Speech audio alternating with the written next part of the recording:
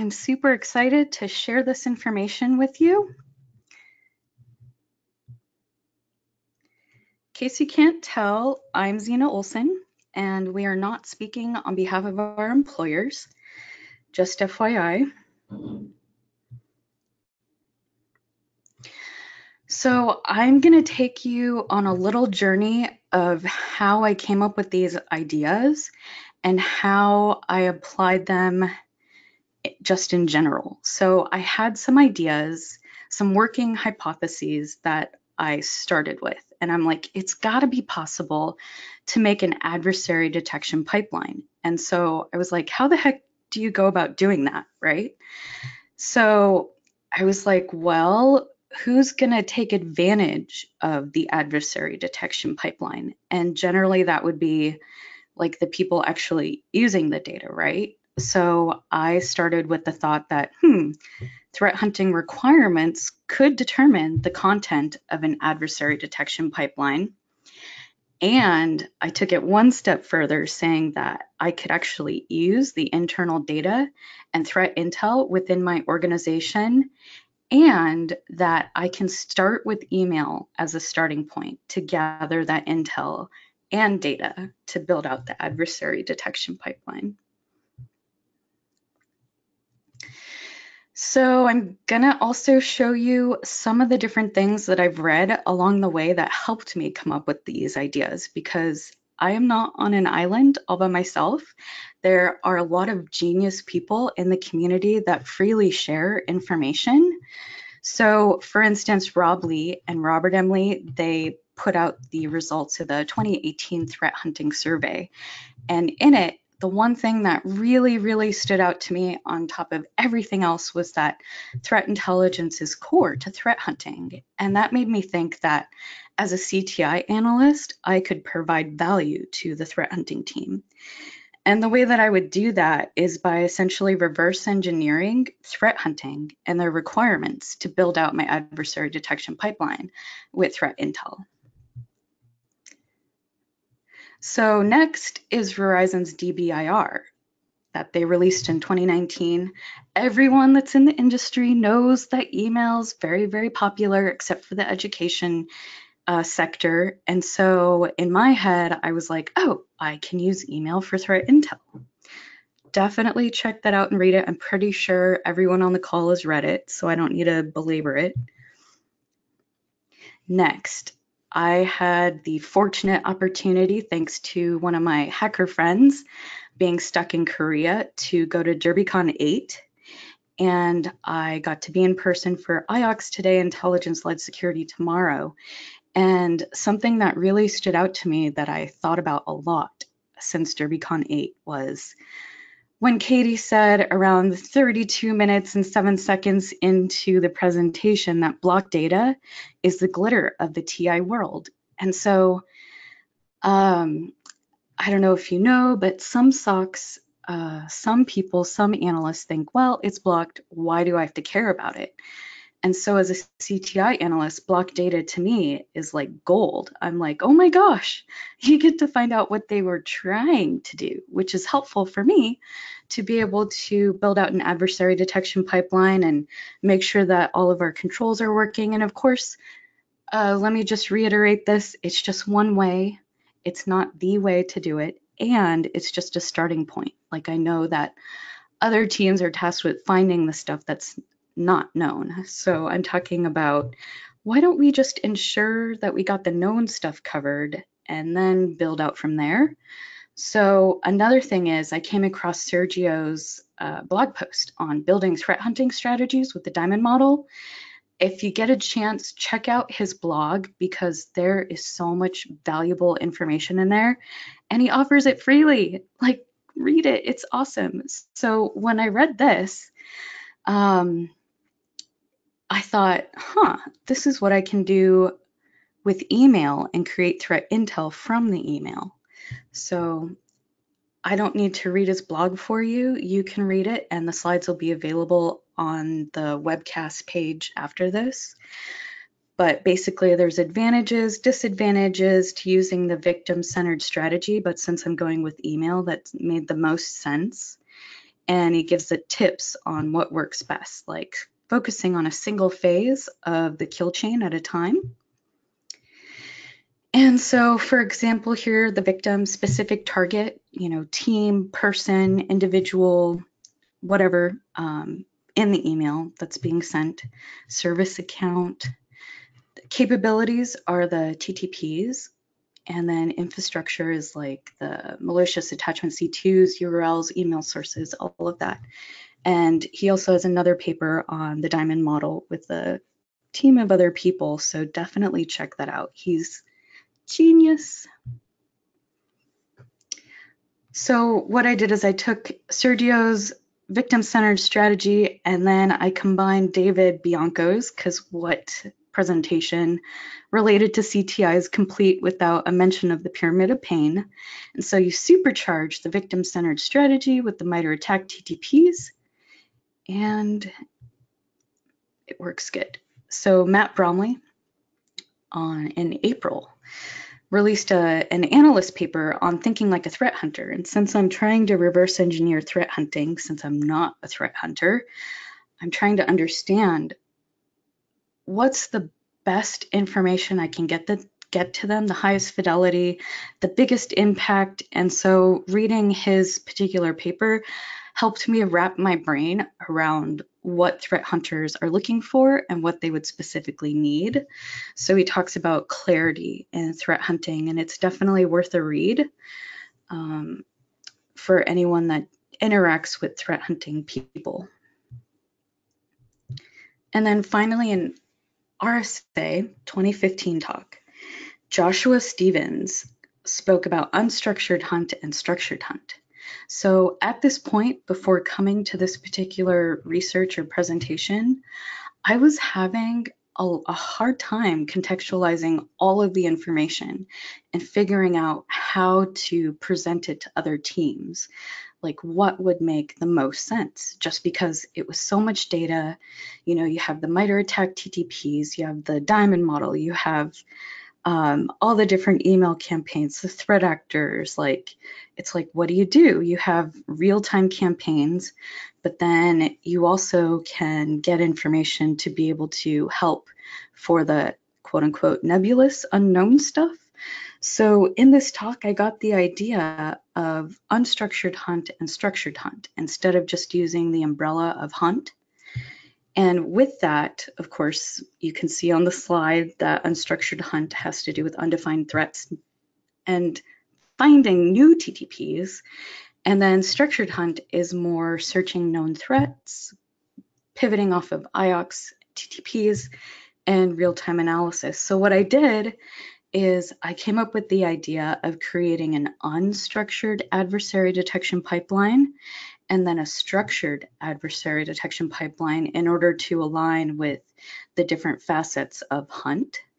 And so with unstructured, I'm going to focus more on the actual procedures, like Matt Bromley kind of mentioned, regarding helping the threat hunters have clarity and giving them a time frame and all of that regarding potential badness, and narrowing it down to the least and most targeted, people that click the most, and people with the most malware, right? So I have all of that, and that's easy for me to understand and to package in a report to that particular team. And then structured adversary detection pipeline. So with this, I want to do heat maps of activity and present them the TTPs for real-time campaigns and have a discussion and data regarding blocked and delivered malicious emails. So believe it or not, everything that I'm telling you is actually entry-level friendly. All you really need is Excel, your email campaign data, or if you have a vendor, leverage them, whomever that may be, OSINT, and free tools. Just be sure to practice OPSEC. I don't need to have a discussion about that.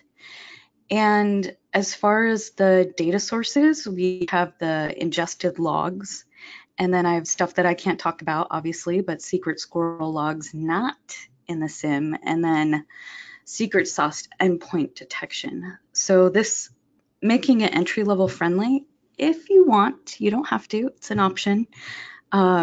kind of opens up the space where you aren't so dependent upon bringing in senior folks all the time since there's a drought. Project management. So while I was tackling this, it was a lot of data and a lot of work. It is a lot of work. So I had to leverage my project management skills. So for instance, while I'm doing TTP research, I'm also compiling volume and number of campaigns, delivery, clicked metrics, making the heat maps, and rolling them out in a way that makes sense for my organization, historical heat maps, campaign analysis, because all of this information, as I roll it out, can help other teams prioritize what to focus on because it's a lot of data. So the heat maps, which I'll show you in a second, all of that helps. So for instance, I could focus on the highest volume of badness that's sent to us, or the highest delivered, or there's just so many different options when you're working with the email part of it. So the resources I used, once again, vendors, MITRE ATT&CK, and of course their attack navigator, threat reports, blogs, my brain, and I also have the advanced search vetting required, of course, for the hybridanalysis.com, but it's free for now. So with hybrid analysis, mapping back the TTPs can be kind of cumbersome sometimes, especially when you're working your normal job and having to do this at the same time. So what I did to kind of speed it up a little bit is I would find older hashes, but new, like probably within the last year or so, and I'll find that the attack TTPs are automatically assigned. And then if you click on the actual individual techniques there that you can see on the screen, like it'll pop up a window and the procedures aren't as detailed as the other teams will need. So what you have to do is scroll down to the forensics report within hybrid analysis and enrich that part of it. So it does have the procedures. If the MITRE attack is assigned to it, you just have to go digging, but honestly, it's a lot easier than trying to track down the samples and do it yourself. So this is kind of a shortcut, but it still is a little cumbersome because you have to find the hashes and then search, and it's a lot of work. So another thing that I did is I took threat reports related to the malware that's hitting the environment, and with that, assigning the TTPs. And Katie Nichols, Brian Baer have a good talk on it. She has a lot of good material regarding MITRE ATT&CK and mapping it back and using the threat reports and technical analysis and how to do that. So for instance, here's a really good one. Definitely get that from or you can Google it. It's just called MITRE ATT&CK Design and Philosophy. So in there, they give really good examples of how to go through the threat reports and how to assign the TTPs. So I'm going to talk a little bit about the structured adversary detection pipeline. So for this, I'd be feeding the structured hunt team, SOC, and DFIR for analysis. And how to make it easy for them to perform their analysis, I decided was with visualizations. When I first started putting all of this together, I had a bunch of numbers everywhere. And honestly, if you're not a math person, like it's torture. So I decided with the help of my coworker that colors would probably be a better option to help your team stay sane.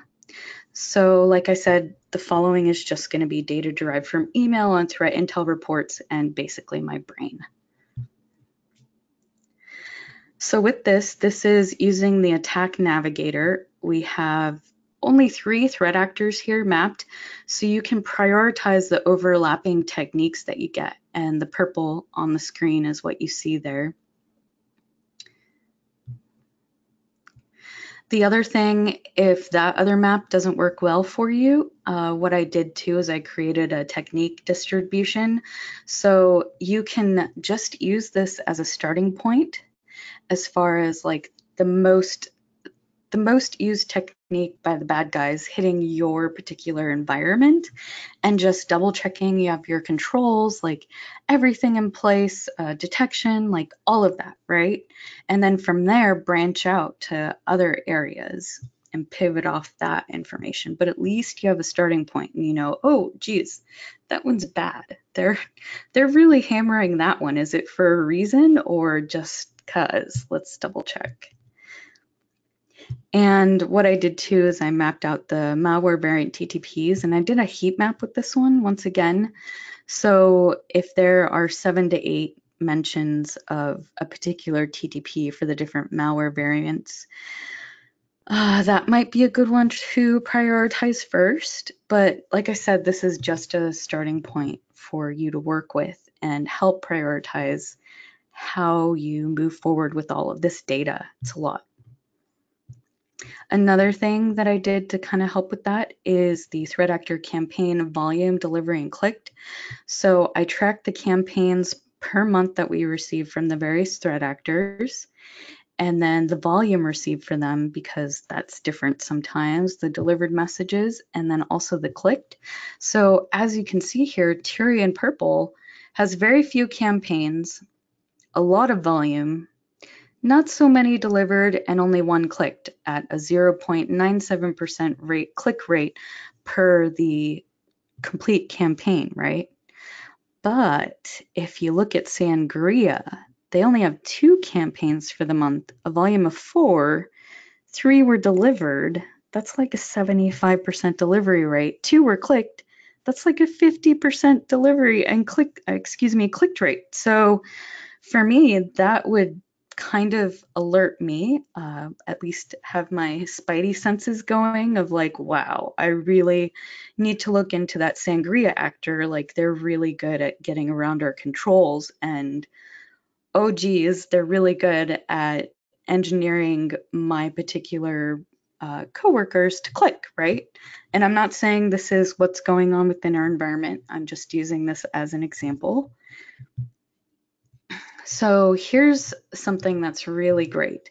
What I did with the campaigns is I decided, if there were 0 campaigns for the month, it was clear, green 1 to 3, yellow 4 to 7, orange 8 to 10, and red 11 to 20. So with that, you can see kind of their activity on a per month basis per threat actor. And another one that you can do too is a multi-year campaign. So for instance, if you have the data, might as well do it. So let's say, like 3 years ago, Tyrian Purple started attacking you and Indigo just started attacking you this year. So Tyrian Purple would probably have like a yellow color. Like the first year they attack you, it's green. The second year they attack you, it's yellow. I'm sorry, the third year they attack you, it's orange. The fourth year is red. You can do whatever works for you and whatever makes sense. So that way, when you look at a threat actor, like historical heat map, you can see that a particular threat actor has been attacking you for X number of years consistently every single month. And with this information, you can help prioritize the adversary simulation. You can help prioritize any threat hunting activities around this type of data. So really quick, adversary detection pipeline, unstructured. So this would be to the unstructured hunt team. And what I did is I narrowed it down by quarters. So, January, February, March, Q1, I found the highest volume attacking threat actors, the highest malware that was hitting, the department, the teams, the users, all of that, right? The lowest, and why they were going after marketing, that would be interesting. Who clicked the most and who was infected the most with their user IDs. Really, with this one, it would be a good idea to reach out to the hunt team and find out what works best for them. So what I have is a spreadsheet And in that spreadsheet, I have the TTPs per like threat actor, per malware, all of that. And so it's easier than having like a huge freaking sheet, a huge sheet with all of that on there. It's just easier to be like, oh, look at Tyrian Purple, look at Dark Magenta, look at Dark Orchid, look at Lollipop. And here is the brief explanation of Tyrian Purple, and then very, very, very specific procedures for the unstructured hunt team, which can also be used for the red team as well. And here's some of the MITRE ATT&CK TTPs for Tyrian Purple. So here's some things to consider really quick that you can do, but you don't have to do, but eventually down the road, it might be helpful. In my searching, I found a threat hunting dashboard and a heat map. So if you have people that can do their Splunk foo, you can actually have a dashboard and then just modify it for your environment. It's amazing. Definitely, if you have the ability for full packet capture, that's great. I tend not to have vendor names in here, but I honestly haven't found any other resource other than the hybrid analysis Falcon sandbox detonation for automatic assigning of the TTPs. So you can leverage that and cut down on the analysis time. Another thing that might be helpful is deferred data collecting and tagged with MITRE ATT&CK in mind, alerts tagged with MITRE ATT&CK, and access to AV vendor findings, knowing what exactly the Trojan is that they used might be helpful for some of your research instead of some of the generic names. Definitely take a look at this. It does provide some helpful information that you might want to consider. So in summary, with all of this data, we managed to reverse engineer threat hunting requirements to build out an adversary detection pipeline with internal threat intel data derived from email. And it's definitely user-friendly, and all you need really is just critical thinking skills in Excel, and of course, email data. And then the heat maps are really awesome if you decide to use them. There's a lot that you can do with that, and you can tailor it to your specific environment and make it work for you. And then the detailed threat actor data, TTPs, can be used to inform red team activities for adversary emulation, simulation. And so with that, I'm going to pass it over to Ben. And thank you very much. Thanks, Zena. So at this point, just to recap where we are, we have a threat actor, Tyrian Purple, who Zena has handed us 5 TTPs that describe their activity. And so we want to take that and using that attack align data, attack our enterprise with it. So first, just a quick discussion about adversary simulation versus emulation. Practically, these are used pretty interchangeably. Some people may dispute that. There's some strong feelings on both sides. But if you read back, there's a lot of confusion. Really, you can kind of parse it that you emulate an attacker, so it's focused on tactics, whereas you simulate an attack, so it's focused on tools. So generally, it's easier to simulate than it is to emulate because there's less creativity involved, but emulation gives you more flexibility to pick your tool that suits you. Either way, regardless of this, let's not get hung up on emulation versus simulation. The goal here is simply to make it useful for our enterprise. So we're going to simulate an attack that emulates a relevant actor. Let's just make it relevant. So just to step back for a second and harp on red team goals, because I do come from a blue team background.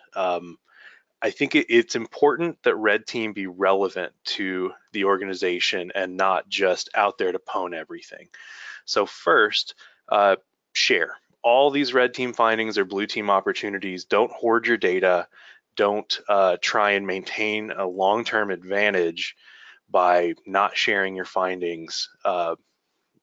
That's just part of being a good, transparent red team. Drive relevance by shifting that mindset. So like I said, a lot of red teams just want to pwn everything.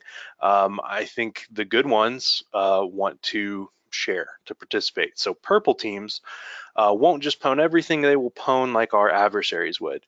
And there's a lot of examples of this, but the one I like to use is how many of my threat actors have actually flown a drone onto the top of my roof with Wi-Fi material.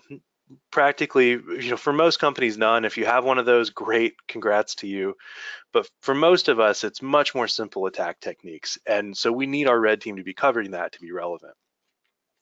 So just in summary there, better to have one relevant finding than 100 irrelevant ones. We want to be improving our defenses, being better together, really being a purple team instead of red versus blue. So as far as building a detection pipeline, just lifting this directly from MITRE because it's such a great resource, but you're starting with identifying behaviors. So Xena has given us a bunch of these tactics for Tyrian Purple.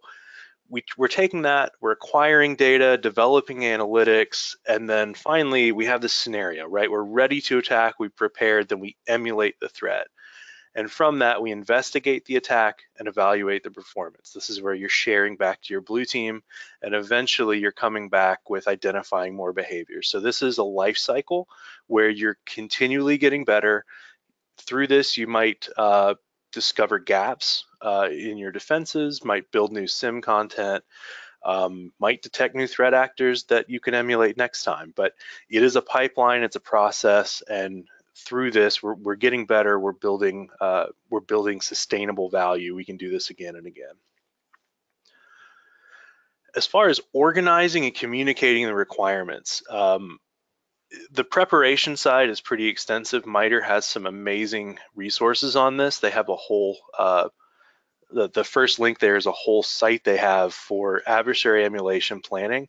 They have a field manual that talks about different techniques used by APT3. It's just a really good practical example of what the red team would go execute to act like APT3. They have a full written plan, which is kind of a long form plan to really sit down, deep dive if you want to before the emulation happens, but really extensive resources. So that's where we started preparing to do this for Tyrian Purple.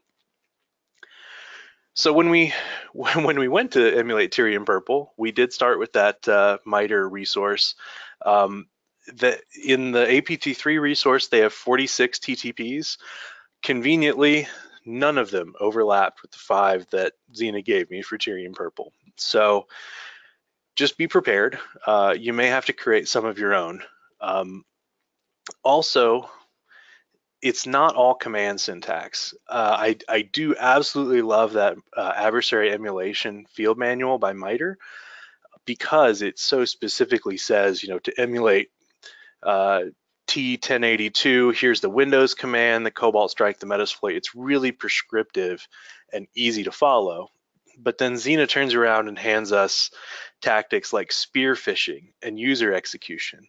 So, what's my PowerShell command for spearfishing? There's not one, right? So this is where Red Team is actually putting in a little effort to go beyond what's out of the box, bring unique value. So the first technique that Xena gave us for Tyrian Purple was template injection. So specifically, if you manage to catch it in the notes, Tyrian Purple uses a tool called Fishery to inject Word docs, and this is leveraging a technique where within the Microsoft Office open format, you can include external resources. And if you point it to the right server, you can prompt an authentication and steal credentials that way from within a context that appears to be the Microsoft Office suite. So I'll look into that a little bit more, but this is a very specific technique. And I do want to call call that out, that MultiYear attack framework gets very specific with some of what's in it. So we know this threat actor does this. Instead of trying to find a third-party tool, I just said, let's go use this tool. Let's just use the exact same thing. So we'll look at that again in a moment. But after you inject a word template, then we move on to the next technique, spearfishing attachments. So there are probably a lot of solutions your organizations are already using to deliver spearfishing. Just use those. Don't reinvent the wheel. Also, a lot of security awareness teams are already doing phishing tests. They may have tools if your red team doesn't. Share that data as well. You're generating relevant data about open rates, which at the end of the day, your security awareness team is probably going to love. They could potentially target some additional training to users who need it. You know, it's very relevant data, and that's going to be a theme here, that you're generating relevant data to help Blue. But either way, whether you use their tool, your tool, you're going to execute a spearfishing campaign using that attachment that you just prepared in the previous technique. Once that file is delivered, we'll move on to user execution. So here, I would challenge you to think purple. In a lot of cases, red teams are out just to measure the end result. But when you're working in a purple team, blue typically has a lot of access, and red can leverage that knowledge to get better analytics. So if red knows that blue team can look at event logs and not just the end state of what was successful or not, you may have all these steps in the middle. Which is to say, think about the hashes you're using. Consider your distribution and tracking method. For instance, generating a single file to distribute to all your recipients is easy to track. It's one hash. It's pretty easy to write one command and look at it in your SIM and get all that data quickly and easily. However, it may make sense to you to go to the extra work of personalizing a file for each recipient so that you can track how it spreads through your organization. If one of these copies makes it onto a shared drive and is opened by other people, who did it? If you know that file had a unique hash that you can track, you can put it back to the one individual and get a more detailed description of how it's spreading through your organization. So finally, forced authentication. This is where that file has been opened. You can see on the bottom right a nice example of, just a screenshot from the fishery site. Hopefully you're tracking both the file prompt and the submission. And actually, I will quickly, hope the demo gods are with me today, and show you a quick demo of this fishery tool. So on the left, I'm logged into my Totes Legit fishery server, and the fishery help page is pretty simple. It gives you two commands. First, injecting a template. So here we're taking a known good Word doc and injecting it with a reference to the server that will collect the data. So I've got that back in my history here. Let me go find that. There we go. So executing that, it takes good Word doc, injects the malicious link into it, the malicious template addition, and results in bad Word doc. So we've got that. We get ready to distribute it. Over on the right, I've got my victim computer with bad Word doc already on it because I prepared. So before I kick that off, I have to start the fishery listener to go gather the data. Now it's going to dump the credentials into credentials.json, but also it is interactive. So as I sit here and watch, as my victim machine goes and opens it up, by the way, you can substitute a valid SSL cert in here. I did not for the purposes of a quick demo. So I will go ahead and click through and accept that. And you can see my prompt already, fisheries picking it up. So here, John Doe has a password. sends it, and Fishery has captured that credential. So this is exactly what the threat actor is doing. We're using the exact same tool, not reinventing the wheel. And this is relevant data for your red team to use. It can be part of another op. You don't have to make this all custom. But in this case, that is forced authentication using Fishery. Once you have credentials, this threat actor then is kind of, we're assuming a couple points that they've gotten access to our network. Another thing this threat actor is known to do is use PowerShell. Pretty common, right? So there are some great tools, especially around these more technical techniques like PowerShell. So in this case, I would suggest just leveraging some of those. One of my favorite I found as I was researching was Atomic Red Team, where it's atomic in the sense that each of the MITRE techniques are reflected in a single or multiple test, but you can test each technique in isolation. So if I have 5 techniques, I might have 5 specific tests I can run to see, first, does it work in my environment? Secondly, does my blue team detect it? So now that your red team has looked at these 5 different techniques, executed them in your environment, it's time to get together, share the findings with blue. First, I would suggest, and stealing this directly from X-Force Red's methods, that I would suggest blue team shares their IOCs, shares their findings before red. A lot of folks do it the other way. I think when blue has to share ahead of red, you get a more honest picture of where blue is. It is tougher on blue. It's going to be more embarrassing to blue, but in a purple team environment, hopefully blue is going to be getting better and better because it's learning more from red, it's having more shared with it. So I think this is one place where blue starts at a bit of a disadvantage and grows over time. But let blue team say, hey, here's what we caught. It may be entirely unrelated to what red team was doing. That's not uncommon. After blue is shared, red team can then share their details, do the whole deep dive into what the attack was, what the IOCs were, timing, and then from that, you're going to get your lessons learned. So into step 3, red team and blue team can work together to think about possible mitigations, future detections, come up with the real improvements to the program to keep this thing from actually happening in your environment. So just in summary, we've taken 5 TTPs from a threat actor that we know is targeting our organization because Xena brought us the data and told us that, and we have simulated a relevant attack. So our blue team now has practice, technical data, and they can use that to improve.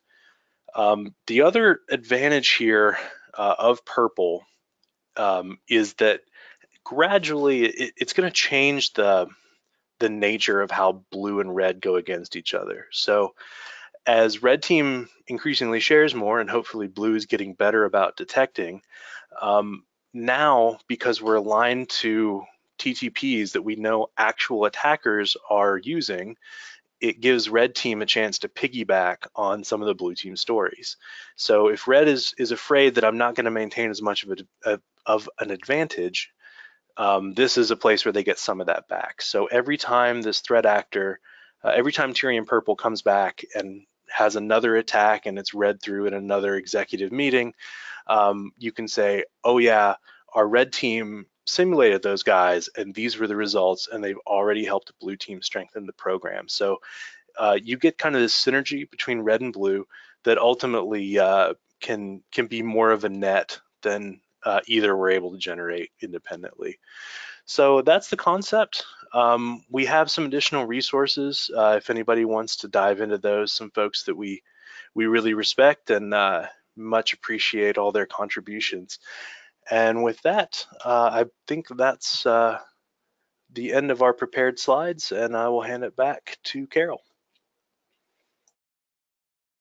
All right, thanks for that great presentation. We do have a few questions ready for the Q&A. However, if anyone has a question for our presenters, please enter it into the questions window now. Someone wrote in about a quarter in, they said, how can I get a technique volume statistics? Okay, so the way that I did that is once you map out all of the TTPs, I'm assuming you can hear me, right? Hello? Yes, we can hear you. Okay. Okay, awesome. Thank you. Okay, so what I did is I got all the TTPs for the various threat actors and stuff like that. And then honestly, I threw them into the spreadsheet and then I made a pivot table. And that's honestly how I did it. I wish it was something fancier or had magic or something, but honestly, that's how I did it. I used a pivot table in Excel once all of it was listed out, and then I got the volume of the particular techniques that were being used. Yeah, so Zena got hers from email. I think it's also a great thing to partner with your incident response team and look at samples of what they're finding. A lot of times that's already being captured in their incident response process or in the forensics. Throw those things into hybrid analysis, and even if you don't have a fancy email tool like Zena, you can start to get some of those. And if you have none of those things, just check out MITRE's website. Your organization may be in a category of business that some of these threat actors are already known to attack. So absent anything else, you can just pick some threat actors that seem relevant, start there, and you'll probably start finding some things in your network to go pivot from. Yes, what Ben said. All right, thanks. Let's see here. Thoughts on using atomic red team to simulate attacks and using Sysmon to detect? Sure, I'll jump back to the atomic red team slide. Just to give you a little more depth on this, when I looked up this technique 1086, I think there were 7 atomic red team tests for it of varying types.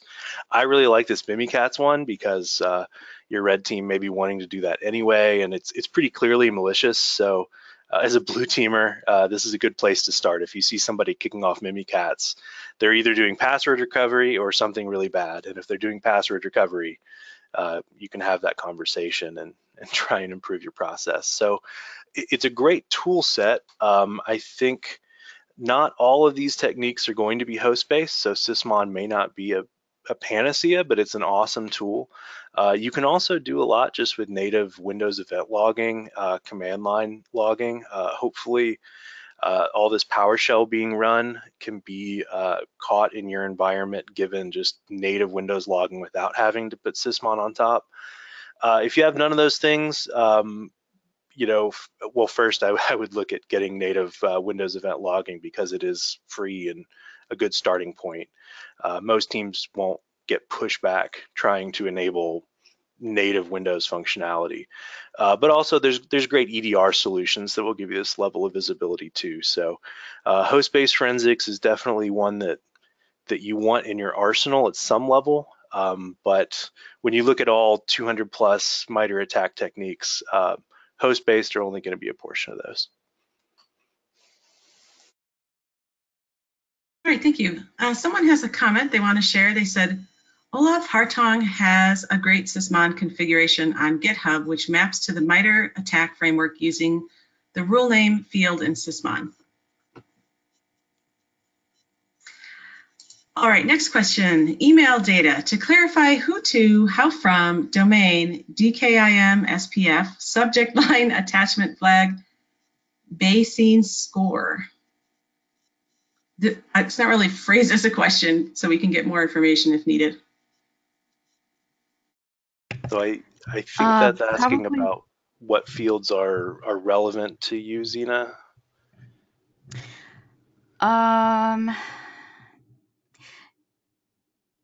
Yeah, that's different. So with the data, I care more about the payloads and stuff. So it seems like if I understand what you just said correctly, that you're asking like the analysis that's performed, whether or not to determine that something is malicious or not. I'm saying that you know that it's known bad, the analysis is already done. So from there, you take that data and see what type of payloads it's dropping, like what's going on, what type of badness is it? So all of that preliminary analysis is already done, if that makes sense. Did that help at all? Well, so they added, in other words, what can I collect to get to where Xena was going?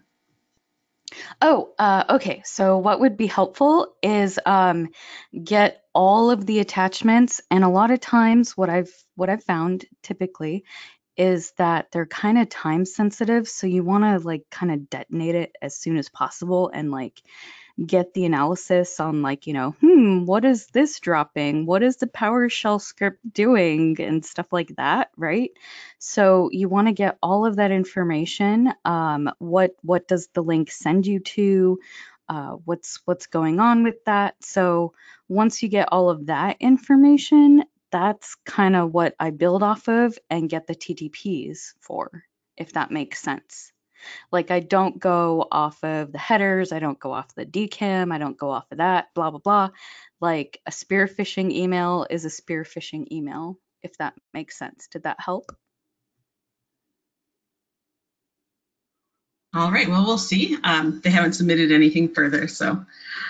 The next question, how can I get a MITRE full techniques volume statistics? I'm phrasing it exactly as written, and we can get more information if necessary. Okay, so that was the same question earlier where I just used a pivot table. So for all of the analysis that I did, I just threw it into a spreadsheet and then I did a pivot table and a sum function in Excel to get the volume of what was going on with the particular techniques. So as far as campaigns, like I just had to manually add them up and count them per month. So, like I literally just went through and like counted the campaigns and then I put it in a spreadsheet. It was that easy. Well, not easy, but time consuming. Did that answer the question? I believe so, and the other person commented that theirs was answered. One more question popped in. Can you please recommend the best place to get information to start from scratch for a truly new function in an organization? Start from scratch with what? Doing the adversary detection pipeline or the adversary simulation or We'll give threat them a intel? moment to clarify. Either, he says. Either. Oh, either. Okay. So first of all, staffing, right? Second of all, conversation with your teammates. Like collaboration is huge and super helpful, and it saves a lot of time. From there, all of the resources within this particular PDF document that'll be loaded to the webcast, like start with all of that. Like I kind of made assumptions that the people on this call like got the analysis and like they know how to do that. And so I'm like, hey, here's some cool stuff you can do with the analysis skills you already have. So as far as like being able to build out the analysis and like throw stuff in sandboxes and spit out the data for the email or whatever it is that you're using for that particular data and threat intel, like there's already so much material out there written on that can get you at least the baseline. So the thing is, once you have that data, there are really cool things that you can do with it.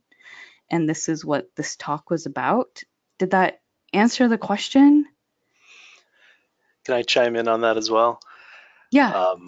So as far as program building, first I would advocate keeping a separate blue and red team role if you're picking staffing, because I think the specialization is such that it helps to have one person focused on defense, one person focused on offense, and let those people collaborate so that they can go deeper into their area.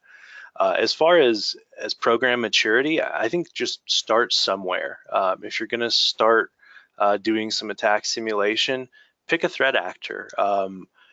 MITRE's website has some really awesome resources. I'll just throw one up really quickly about all these different threat actors. You can just pick one, start picking some techniques, read through them, obviously, pick somebody who's relevant to your organization, but pick a number of those. Here's PowerShell again. We just showed you how to do that with Atomic Red Team. So start somewhere, and then you're going to get into this feedback loop of, you emulate that threat, you investigate, you evaluate performance, and then you get back to identifying behaviors. So maybe you realized when you picked somebody and emulated PowerShell attacks that they just weren't detected at all. So you spend some time fixing your host-based forensics. That's probably going to open up a lot of new detection opportunities that you can work with your incident response team on and say, okay, now that we have host-based forensics, how can we build on that? Who are we detecting, and who am I going to go emulate next because we've improved our blue team to the point that we're catching people. So I think it ends up snowballing on you, and really just try one that seems relevant and keep snowballing until you've got a really solid pipeline. Ooh, can I add something else too? Mm-hmm. Yes. So Scott J. Roberts, oh my gosh, he is amazing. If you can read any of his stuff, that is definitely helpful in building out programs. Definitely, I don't have that in there because this isn't what the talk was about, but I believe at a CTI summit, not this past year, but some years ago, he did a talk on that. So definitely check that out. He compared building out a CTI program to making a good bowl of ramen. So definitely watch that. Super entertaining, very informative. He also wrote the book called Intelligence-Driven Incident Response with Rebecca. I believe that's the name of it. Did I get that right? Anyone? So definitely check that out too. It's kind of like our textbook. Let me double check here the name of it. Intelligence. Sorry, just double checking I got the name right. Yeah, it's called Intelligence-Driven Incident Response, Outwitting the Adversary, and it's written by Scott J. Roberts and Rebecca. So definitely check that out. It gives you a lot of information and kind of spells it out. Okay, next question. Can I put in one shameless plug on that? Wait, before you do that, he's wondering if you have a link, Zena. A link for the book? Yeah, you can send it to me if you have one, and I'll send it to the group. But if not, maybe you can Google it. Okay, go ahead. Ben. I'll Google it right now. Okay, I just wanted to point out that conversations like that are conversations I love to have with different organizations, because a lot of it depends on your size and your maturity as a program. So Zena and I will both be at Purple Team Summit in Dallas, and I think the dates are on some of these slides. October 21st and 22nd is the summit. So that is a great conversation to have with Purple Team folks there. Oh, and also too, I wrote, well, I guess it really wouldn't be I had another webcast too, but definitely come and chat with us. We're available on Twitter too. Come to the Purple Team Summit. We'll talk to you until you can't bear to listen to us anymore. And I'm looking at putting the link in here. Okay. Zena, we had 2 attendees who beat you to it. Oh, there you go. Thank you. You sent it out too. So 3 people on the ball. This is awesome. So that attendee said you did answer his question, and the additional info is very helpful. Thank you. So that's all the questions we have. Do you have any closing thoughts, or are we ready to wrap it up? Ben, do you want to go first? Sure. Yeah, I just thank everybody for attending. Love to hear any feedback you have on this talk or thoughts about Purple Teams in general. You can find both Zena and I on Twitter, which you'll see up on the screen. And yeah, would love to have feedback, and thank you very much for listening to me ramble. Oh, and I hope everyone has a wonderful weekend and prepping for Hacker Summer Camp. And also, too, if you get a chance, the GDAT, which is Sec 599, I don't get a kickback for this. It was a really, really great course that actually got my brain kind of like thinking about all of this. So if you get a chance to take Sec 599, it's an awesome course. They did a really great job of putting it together. And like I said, I'm not getting paid for this plug either. So like, I mean it. And yeah, if you Oh, have any sorry. feedback, oh no, and if you have any feedback, feel free to contact us. Like we always like feedback and working to improve what it is that we provide and present to you guys. So thank you very much and enjoy your weekend. All right, thank you so much, Zena and Ben, for your great presentation, which helps bring this content to the SANS community. To our audience, we greatly appreciate you listening in. For a schedule of all upcoming and archived SANS webcasts, including this one, please visit sans.org/webcasts. Until next time, take care, and we hope to have you back again for the next SANS webcast.